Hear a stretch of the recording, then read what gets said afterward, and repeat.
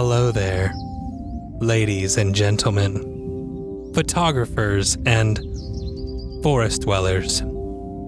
My name is Jared, and with me is my photogenic friend, Ian. That is me. We will be your hosts for the episode. We are honored and grateful that you have joined us at our table. Here at the Game Table Podcast, we take a look at various board, card, and other tabletop games. We give an overview, provide a little insight on how to play, and share some of our thoughts, all in an attempt to give you an idea of how well it would fit for you and your table. Today, we will be looking at Redwood, designed by Christoph Reinbold, artwork created by E. Duvals, and published by Sit Down Games. And then we have some like very calming music. Yeah. I can't do. I wrote this not in that way. I can't. How do I intro that? It's fine. I'm going to keep in what you said about I can't do it. Like, that's I not how I wrote it. I can't do it. That's not how I wrote this. That's how I'm going to transition, and then you're just going to do your thing. All right, good. Well, Redwood is a 1 to 4 player exploration game where players are photographers exploring the great outdoors in an attempt to create the most beautiful panoramic photograph ever taken in all of history. You will travel around this beautiful landscape in search of the best angle for your shot, but make sure you select the perfect lens for your photo. As a famous person once said, photography has no rules. It is not a sport. It is the result which counts, no matter how it is achieved. So let's get out there and review Redwood. Wonderful. Well, hello there, Ian. Oh, God. Sorry, I just came out of my Zen place. Wow, that was wild. Wild? Yeah. I thought it was very Zen myself. Yeah, it was. But then it wasn't, so. Have you ever been to a spot? It could be anything. I don't care. Okay. That you just felt like this needs to become a picture. I need to take a picture of this because of how glorious this moment is. Yes, and I have taken a picture of it. Tell me about it. Back in high school, I was on a missions trip in Arizona in the high desert. In that area, there's a lot of plateaus, but you have to obviously climb up to them. Yeah. You get up there, it's high up. But when you're on top of that, obviously it's a plateau, so it's flat up there, and you look over this cliff. But then literally, I think I forget how many miles it was. It was, 30 something miles or somewhere around there that you could see. And you could see this other, there's no towns out there. It's out in the Navajo reservation. So there's not many towns, but you could see the town that was way out there, but it was just pure desert. And this is high desert. So there's a lot of green, but it just, you could see forever, like literally forever. I could see it was fantastic. I still have the image in my mind. I can still see it right now. But on top of this plateau that we found, there was a cross that I don't know how they did it, but they brought these big planks of wood and made a cross. And I guess on this specific area, some like missionaries or somebody would come like every year and keep the cross, up to keep or whatever, and they put some like flowers on it. They must have recently been there because there was like a wreath on it, sure, and all this stuff, and it was just sitting there like at this point where almost the cliff is, and then behind it is just endless view. Like there's just unobscured view, and it was so pretty and it was cool and yes, I did take a picture of it. I have this. I actually got it printed on a canvas as well. Is one of my favorite pictures I've ever taken. Is that this just cross is sitting there, and it's just endless, beautiful nature. And so that was one of my favorite things from that trip specifically. But I still, I love that picture so much. It's fantastic. It's just so peaceful. And out there, there's no cars. Sure. It's quiet. It's quiet. You can hear the wind and the birds and everything else, and then this cross, and then open desert. Yeah. No, I think that's really cool. Yeah. I know that I could probably rattle off half a dozen moments in nature. Totally. That would be, that'd be good answers. Yeah. I want to go a different direction, though. All right. It does steer away from the theming of nature in this game. It's a sporting event. It is a sporting event. So when I was growing up, when I was in high school, I loved watching the Colorado Avalanche play in the NHL. They were fantastic. Peter Forsberg was one of my favorite players of all time. He was good. I remember getting to go to a game back when you could go to a Preds game and sit downstairs and not take out a second mortgage. For like $12. And not sacrifice your firstborn child and give away one of your lungs to be able to sit downstairs. Yep. And I remember, I will never forget this play. This play is so ingrained in my brain that I will never forget it. All right. He brings the puck into the zone. He's looking for a pass. Nobody's open. So he ends up going around behind the net, comes back out the other side. Okay. One of the Predators players shoves him off the puck, or tries to. Okay. He goes down on his knees. Oh. Still controls the puck. Oh, no. Dribbles it twice and then throws it into the net. Oh, no. No problem. Oh, my gosh. I have never seen in person a thing of beauty. That's pretty great. It was sick.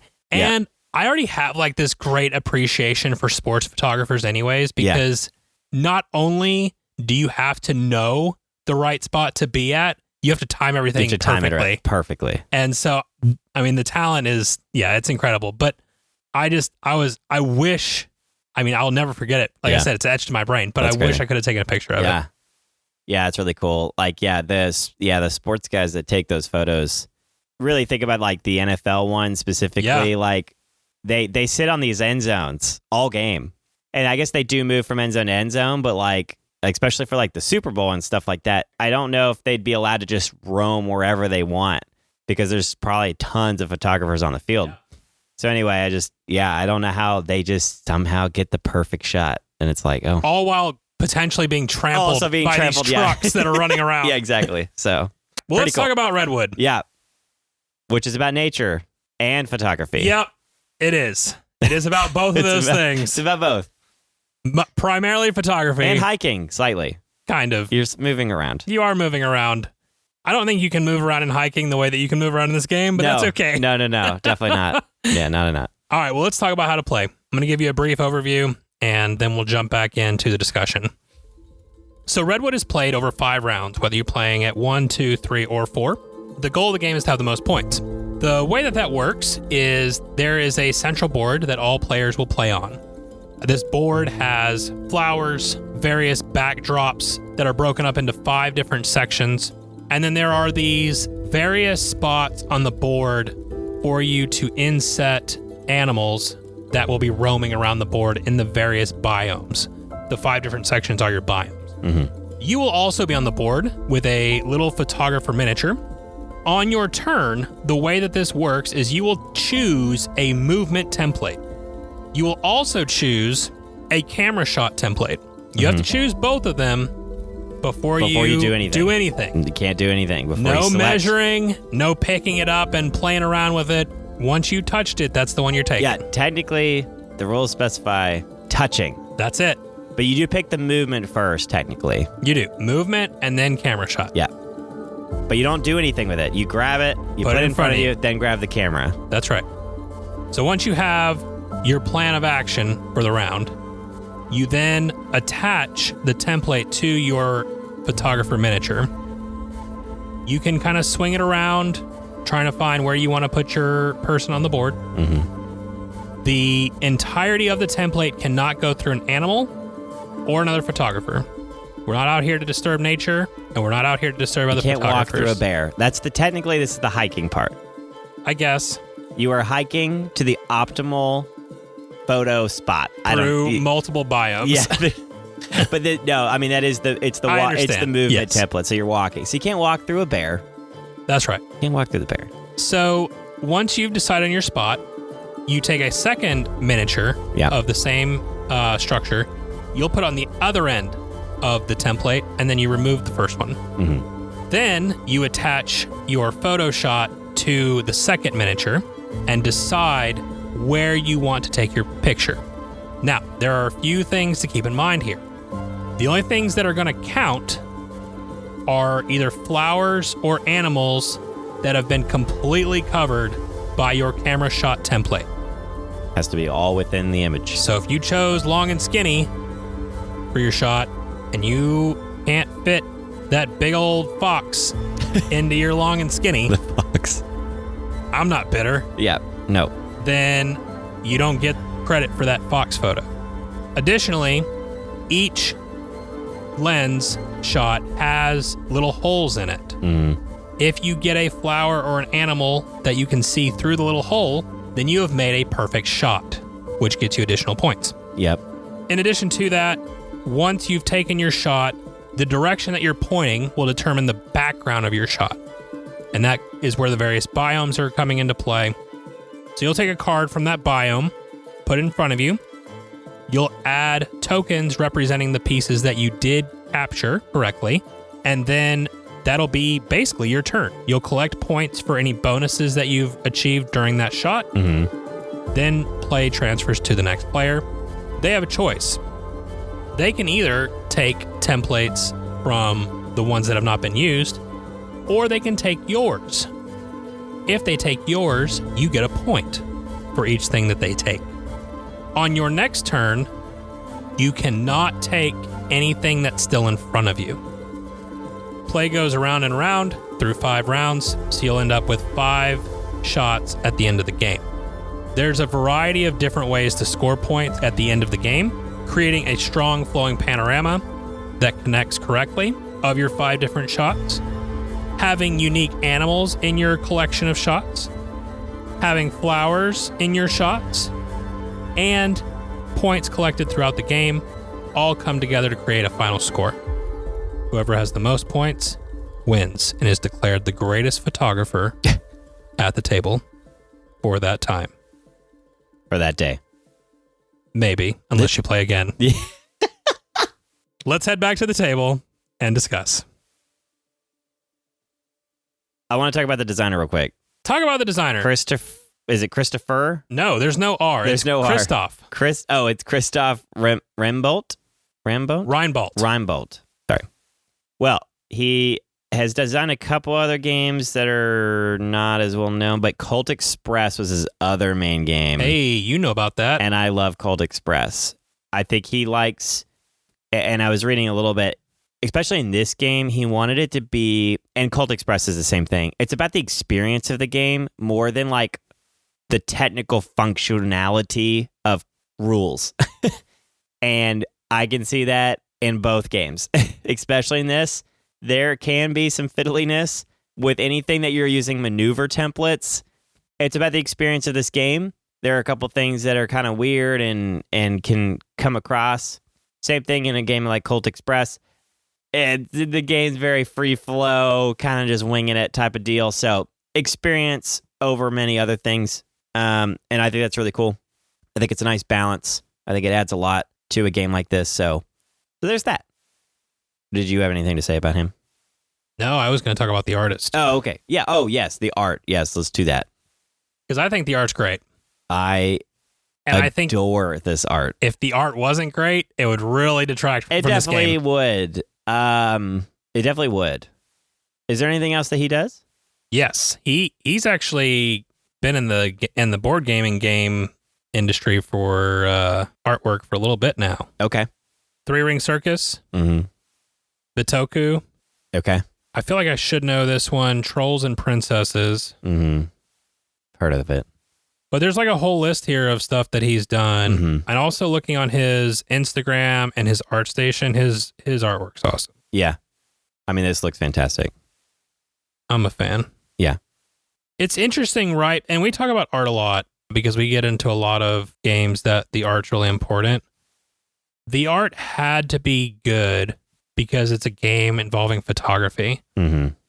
But it also doesn't get in the way of the game, which I think is really hard to master, where everything that you're doing, everything that you're playing, you're like, oh man, this art, like you said, you adore this art. And I think that's really cool. But it's really hard to do that without the art overtaking the game. And I think the balance in this is well done. Mm-hmm.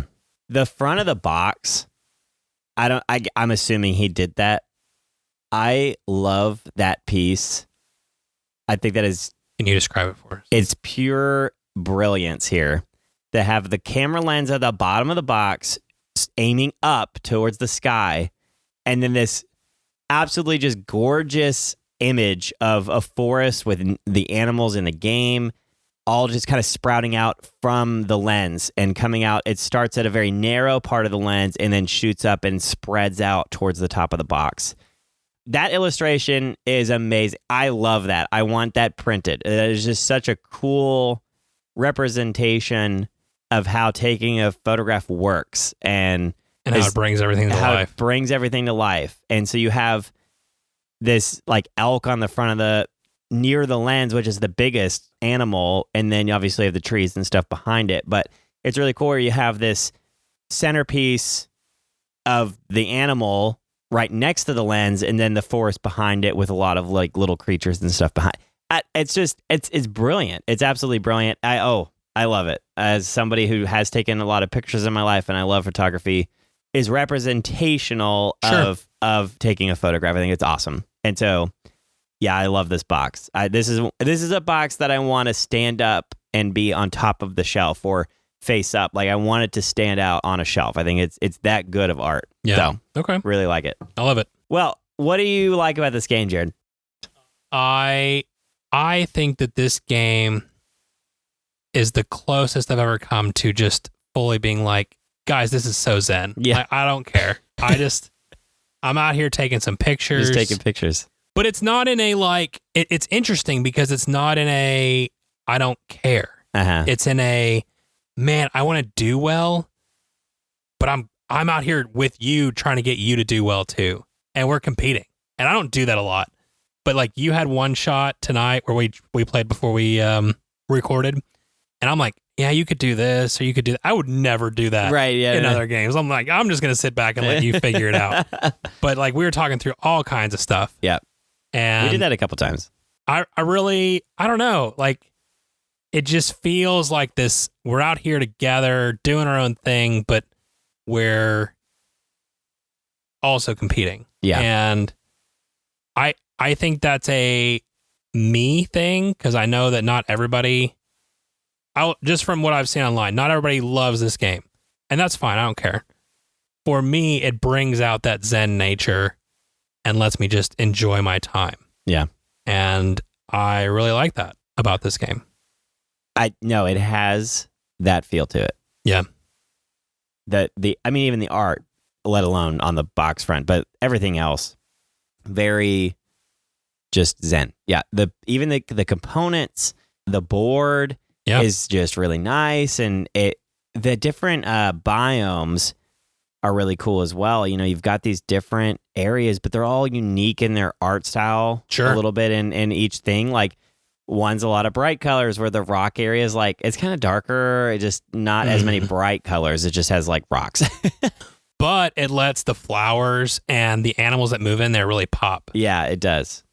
Yeah, it's this very well designed art. It's just really well designed art that it was put onto the board and used effectively. So I think something else that I really like, we obviously use templates a lot when we played X-Wing. Yes. And learning to master those templates is one of my favorite parts of X-Wing. Yeah. I was never that good at it, but still just the idea of learning how to do that.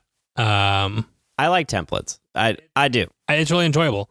And it can be, it could be finicky, but 100%. but it's still fun. I still think it's super fun. Yeah. And unlike if you're really, really good at X-Wing, you can be really creative and pull off some gnarly stunts with it. Yes. But in this game, you can just kind of dance around the board. Yeah. And once you open up your mind to the different ways that you can get the different angles, the creativity of how you play is so cool to me. Yeah, I definitely got better as the game went on. Yeah. Yeah. And I mean, there was points where I started thinking, I was like, why am I going for this? Right. I could do this instead, and it looks so much cooler. Yeah. And you just got to be okay not getting dialed in to this one way of doing it. Right. So I loved the creativity in the way that the board allows you to move around.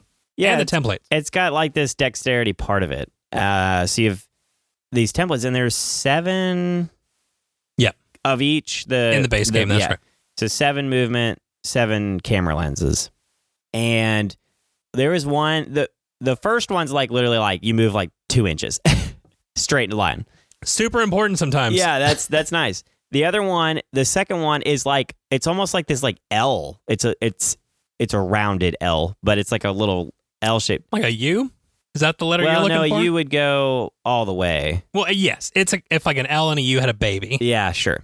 I don't know what shape that. Anyway, so it's like a little rounded turn, basically. And then the rest of them are like kind of just like banked long turns. They're all different levels of banks. Yeah.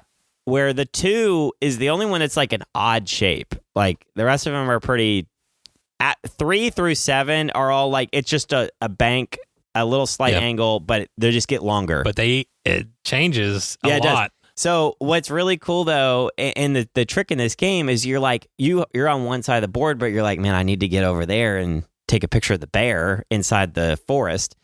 And so you have to put this template, but you have to obviously pick which one you want before you do it. And you're like, I don't know how far I want to go. And it's really hard to tell. Like, I guess if you play this game a lot more, you could figure it out. But like still, between 7 and 6, there's a little bit. Yeah. But that little bit can make a difference on what the angle of your shot. And then you have to pick the camera lens before you even move. So then you don't even know if I picked a wide enough lens, how far do I need to go? So there's a lot of like little decisions you're making every turn. I felt like I'd be like, oh, I'm just gonna pick. I'm not gonna worry about it. But then I'm sitting there and thinking, I'm like, guys, I can't make the wrong pick. I have to do the right one. So there's a lot of thinking here. I like that. I enjoy that about templates, and especially when you have to kind of decide before you move. There is this kind of stress there, which I think I like. I think it's a good stress. I think it's fun. So yeah, it's like a tension, but it's not what you're really playing yourself in that situation where you're trying to eyeball correctly what you're trying to create. Exactly. And then when you pull it off, it feels so satisfying. When you like in the game we just recently played, I slipped in between like 2 animals and you, and then took a shot coming back the other way, and I got everything it was in pretty it. cool. Yeah, it was a nice move. I was proud of myself for that one. So that's a really cool thing, and you're kind of like picking through these templates as well, and it's so there's this dexterity part, like just observing the board, deciding, kind of where I want to go physically. On top of that, it's a physical game. Obviously, you're using like these real, I don't even know how to describe. They're not firm templates. They're pretty like flimsy. I don't know what to even compare it to. Yeah, they're like this like clear kind of ish plastic. It is a plastic. It's and then the camera lens is kind of cool though, because it's a cone of some kind or shape, but it's mostly cones. And some of them are like really long, so you could take this picture from like across the board. But again, it's super narrow, and so, oh man, that messed you up good on that. That was it. The fox? Dude, I was so mad at that, and it was weird because like you're in this Zen place, and you're like, I've done it. I've created the thing that I want. Yeah, and then just the slightest amount is outside the lens, and you just have this die inside moment. Yeah. You're just like, it's just missed. Yeah. But the cool thing about that moment is I was like, okay, that didn't work. So do I settle here? But then I started pivoting around with the lens, and I found something that did work. Yeah. So you can spin, when you move, you don't, obviously you select your movement location, then you put on the lens. So you can't move anymore. But you have a 360 arc as long as you're not getting another character's miniature in the shot. Yeah, so you can move your cone, spin around taking the picture. So that does help a little bit if you make a mistake. And that happened to both of us. Like, we put the guy down, and you're like, well, I can't get what I want now.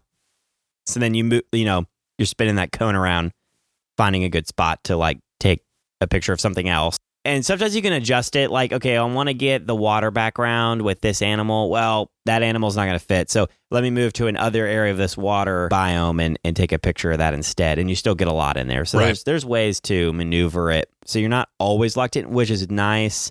It can be unforgiving in that regard of like the movement, but there's a little bit of forgiveness in the cone because you can adjust it and move it. So, and I think too, like once you're towards the end of game 1, definitely by game 2, you have a much better feel of the different cones. The first game's always rough because the first game you're just like, there's no way this is gonna work. I don't know. And then you're like, oh, this worked just fine. It worked, or you just you're like, oh, I got it, and then you're nowhere close. That's right. Came up way short. It happens. Yep. What's something that you like about this game? Yeah, so the biomes, you got the different ones, and so if you were to take, you don't have to, but if you take a picture of all of them, you get some bonus points. That's where the panorama comes in. That's where the panorama comes in. But you have to do it the right way. You do have to do it in order. Well, so basically when you take a picture of one biome, it has 2 sides to it. On the board, it correlates with those sides. So like when I take a picture of the red one, the forest, there's going to be some water area next to it, and then like the green kind of like open forest next to it. So I have to, if I want to do it correctly, I have to take a picture of one of those 2 next to put it next to adjacent to that first picture that I took. So then when you take a picture of a different area, it has 2 different sides as well. So once you connect all the sides, it's one big circle, which is how the board is oriented as well. So what I love, though, is when you do it correctly, all the little pictures line up, the art lines up. Sure. It looks like a panoramic photo, which is really cool, especially when you have all like, and then you put the little tokens, the little animals on each individual picture. So then at the end of the game, you have this just beautiful panoramic photo of different animals and bird or, flowers or trees or whatever you took. And so I think that's such a cool, neat little aspect of that is like when you get the perfect panoramic, it all connects and the art blends together. I think that's cool. Where if you don't, if you take pictures of the same thing over and over again, it doesn't necessarily fit a panoramic photo. No, but the interesting part is while you might be tempted to make the perfect panorama and get a few extra points, there might be more points in not necessarily doing that. Yeah, there was a point in one of the games where I think I would have scored a couple more points if I aimed away from that specific location. I ended up doing it anyway, but there was a point where I was going to score like 15 off one because it had like multiple animals going the wrong direction. The sun. What I think this is a nice little addition is that if you take a picture of the sun time, a background that has the sun. A background that has the sun. Don't take a picture of the sun. That's really bad. Yeah, don't do that. Don't do that. If you take a picture with the sun in the background, if you do one of them, you're good. You're golden. Yeah, perfect amount of exposure. But if you do it more than once, you like ruin your camera. Yep. And so therefore, and your eyes. And your eyes. And so therefore you take negative 4 points or something 2 like points. 2 points. Well, it's technically a 6-point swing because you had 4 with the one shot. Yeah. Yeah. Eesh. So I think that is really cool. I think that's something to like always be thinking about. I was like, okay, I want to get a shot with a sun in it, behind it. Yeah. And so I think that's really cool. And it takes some real practice to be able to really execute all of the things that you could score on. Yeah, there is. There's a lot. It's something to really, you have to plan it out, but you also kind of have to get a little bit lucky because your opponents could be affecting the board. Yeah, the animals move around when you take a picture of it. That's right. So if I take a picture of the elk, it's going to move to a different biome on your turn. And that might just completely ruin everything. Like, well, I just planned for that. There goes that idea. Yep. So it's very interesting for sure. But anything else that you want to mention on the good stuff? I like and I think you mentioned this before, the animals slot in to the board itself. Yes, this is huge. Yeah, so the board is obviously one big circle with the different locations, but the animals go to specific, they're like little hexagons that are cut out in the board, and the animals have little hexagon-like notches in them, and it goes into the actual board. And so you can't bump it or knock it. Which is huge in a game where you're moving your players on templates around the board. Yes, I can be super clumsy with them. And if they didn't have this, I'd be knocking those things all over the place. They'd be all over the board. Absolutely, all over the board. In that same vein, I think the double miniature idea is so good. Yeah, it's good. Because I remember with X-Wing, we would bump stuff all the time. Yeah. It's really hard to keep that template steady and move the miniature. Mm-hmm. But to be able to have that second one where you can go ahead and place it on the other end and then just slide everything out and then you can reset everything and it's all good, really helps with that clumsiness.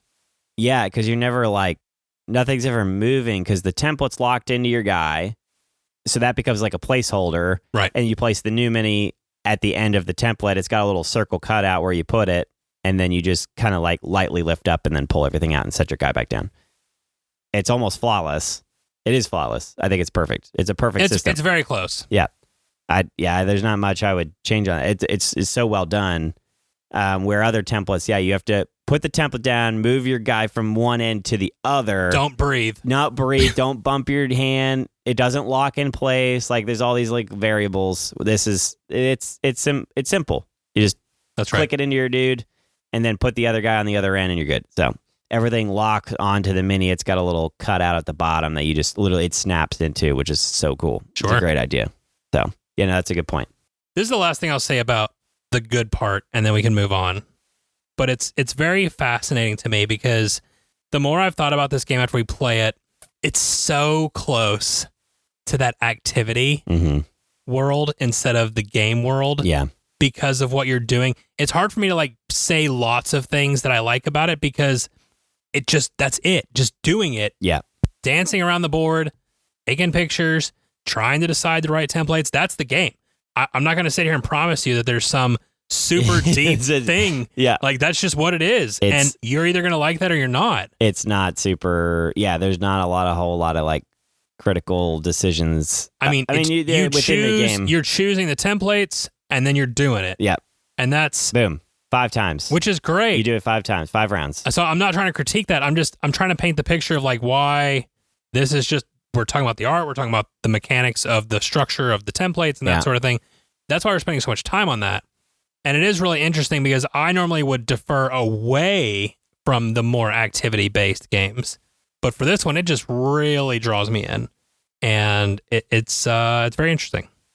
I think it's a very good balance where some activity games are just, it's the activity and that's it. I think that's well said. This is a good balance between the mechanics, the theme, and the doing of the game itself is all flows well. And there's decisions that to be made as far as strategic choices. I'm not going to say that there's not.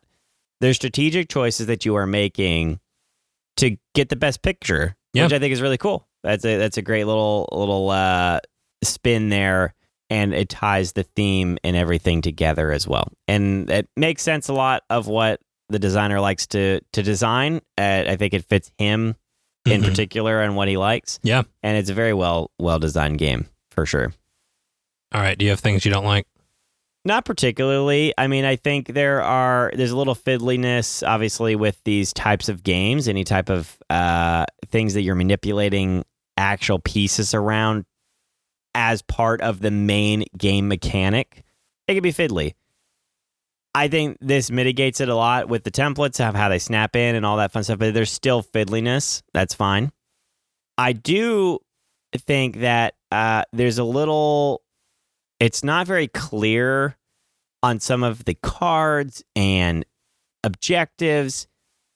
There's a kind of some, I don't know, it's not very clear or made well known in the rule book of exactly if this very, like, I don't know, it could be very technical on how this card works. Okay, it says I need to be pointing in this direction. Well, what does that mean? Because there's a line... There's a center line on a lot of on all the lenses. So what do you like? That's probably just a Reddit question that could be answered. I'm sure there are, but there's a little bit of some discrepancies there. I think that you find when you're looking at some of these cards, you're like, I don't think this game is meant to be that. I think this game's supposed to be like very zen. But as far as gaming stuff,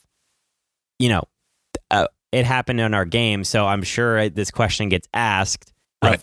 Okay, what is this objective? What if it happens here? What if this happens? So yeah. I mean, I agree with you. A lot of fiddliness. these Zen games, you just kind of shrug, and Yeah. the spirit of the you have objective to make a is, rule up, and you're moving on. So yeah. I think that does boil down to some of the fiddliness of a game, though. That it's very there's a 3D part of it that you are manipulating. So there is going to be scenarios where they might have not seen, or it's going to be very, very, very rare that happens all at once. Sure. So a couple of things I'll nitpick at. Why is there not a player aid? I just don't understand. I mean, what do you want on the player aid? You pick up a piece and you move. I understand that, but I think being able to know the list of scoring options at the end of the game, Yeah, that would be nice. because there was 2 or 3 things in the games that we've played where you're like, wait, what?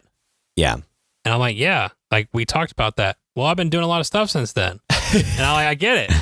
There I are think like 7. There's a 7. lot of different There's a scoring. lot. You scoring for the animals, scoring for the things, scoring for this. You lose points on this. You know. And I think the other side could have, make sure you're checking all of these things that you need to check each round that could score you points.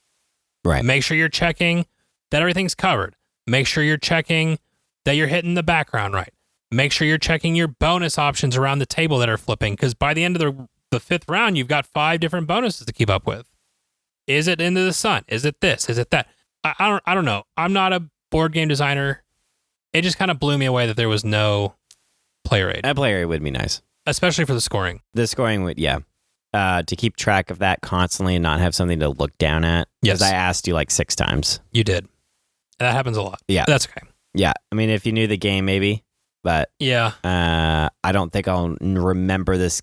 I mean, I'll be playing this game a good amount, but I don't think I'll remember like all of the numbers at that. There's a lot because it changes. It's not like 2 points per animal. Yeah. It ramps up. So like if you have all of them, it's 21. Mhm. But if you have 6, it's 20. What 20 Yeah. or And to be 15? fair, it's on the score pad, which is really helpful. Right. But why isn't that score pad just a player aid? Because then every player could see it, Yeah, that's true. especially in a Zen game. Like if you're wanting to keep track of your points and I'm not, like, here you go. You got it. You could do individual score pads instead. Sure. If you wanted to could do that. The other thing, I have a love-hate relationship with the rulebook. I think the rulebook does the right thing in walking you through all the different scenarios with the templates. You can do this with the template. You cannot do this with the template. Well, what if the template goes off the board? Well, that's fine as long as X happens. Yeah. That's all covered, and that's great. Anything else, I kind of felt like I was flipping around trying to find the questions that we had in our first few games. Yeah. I don't know that I loved that, but again, that's like nitpicky. It's not a big deal. It covers the important part, which we were discussing a minute ago, which is the actual tangible part of the game needs to be clear, and the rulebook does that, which is good. Yeah. I don't know how I feel about first player not moving from player to player. I know that the designers have said, I thought it was fun, but yeah, because you were the first player. I don't know that in the games we played, I've been first player yet, and we played at multiple different player counts. I felt it more in a 2-player game, yeah. but I don't know, man. Like, I feel like it's a very different game for the person going last versus the person who's going first. In a 2-player, yes. I think it's less so in a higher count, but in a 2-player game, it felt rough at times because I was like, well, we both want this, and he's going to get to it first, and then the animal's going to move, and then what do I do? But what if I hear you. I do think, what if the animal was not in the optimal position on my turn instead? So then Yeah, maybe you're right. I guess maybe it's situational. It is situational. And again, it's fine because it's just But a maybe Zen that's game one game where it happened like literally every round though, where it I'm really like, felt like you had the upper hand most of the game. I would say you did start in the exact same location as me, so then your game, I don't know if I'd do that because, so what happened was you went to the rock, you took a picture of the rocks when I did. Yeah. So then now you have to follow my path because you have to connect. You'll have one of two options now. Okay, so it's interesting you bring that up though, because And this kind of gets into the thing about the expert mode, where there's more requirements on the biome cards. Yeah. Interestingly enough, that was not my original plan. Okay. But where you moved Made me feel like I had to do it a different way than I wanted to. Okay. So then I'm like, well, this has the requirements that it needs, whereas these don't. Yeah. So anyways, it's all situational. Yeah. I'm just curious. I was saying a higher player count, it would be different, but yeah, in the higher player count, you're dodging more people, but everything's moving around a lot more. Yeah, it's a lot more movement. Yeah. Anyways, it's something to take note. I don't want to be whatever. Those are just some things that I observed, and I know that a lot of it is just this is that kind of game, and I need to be okay with it. Again, that kind of comes down to the fiddliness. Yeah, I think it all stems from that. I think you're right. moving physical pieces like around the board, and that matters. Like a specific location on the board matters. Like my physical piece being right here changes so much. If it's 3 inches to the right, it changes so much. Yeah. That's how a game like this can be, and I think it all stems around that. So I think that's fair. All right, let's move on. Yeah. I don't want to be negative about this game. Well, player interaction, we've talked about that. Sure. Especially you added a couple more players. You're kind of moving around those players a lot more, but the good thing is that the animals move a lot more, so you could potentially get you don't have to move them yourself from one to another, like somebody can move it for you. Yep. No, I think the game is different at different player counts, but not in a bad way on any of them. And the game's 1 to 4 player. That's right. There are 3 game modes. Yeah. Normal, expert. No. There's actually 4. I mean, expert is kind of this different thing. Sure. You really have normal, everybody competing. Yeah. Team. Yep. And solo. Right.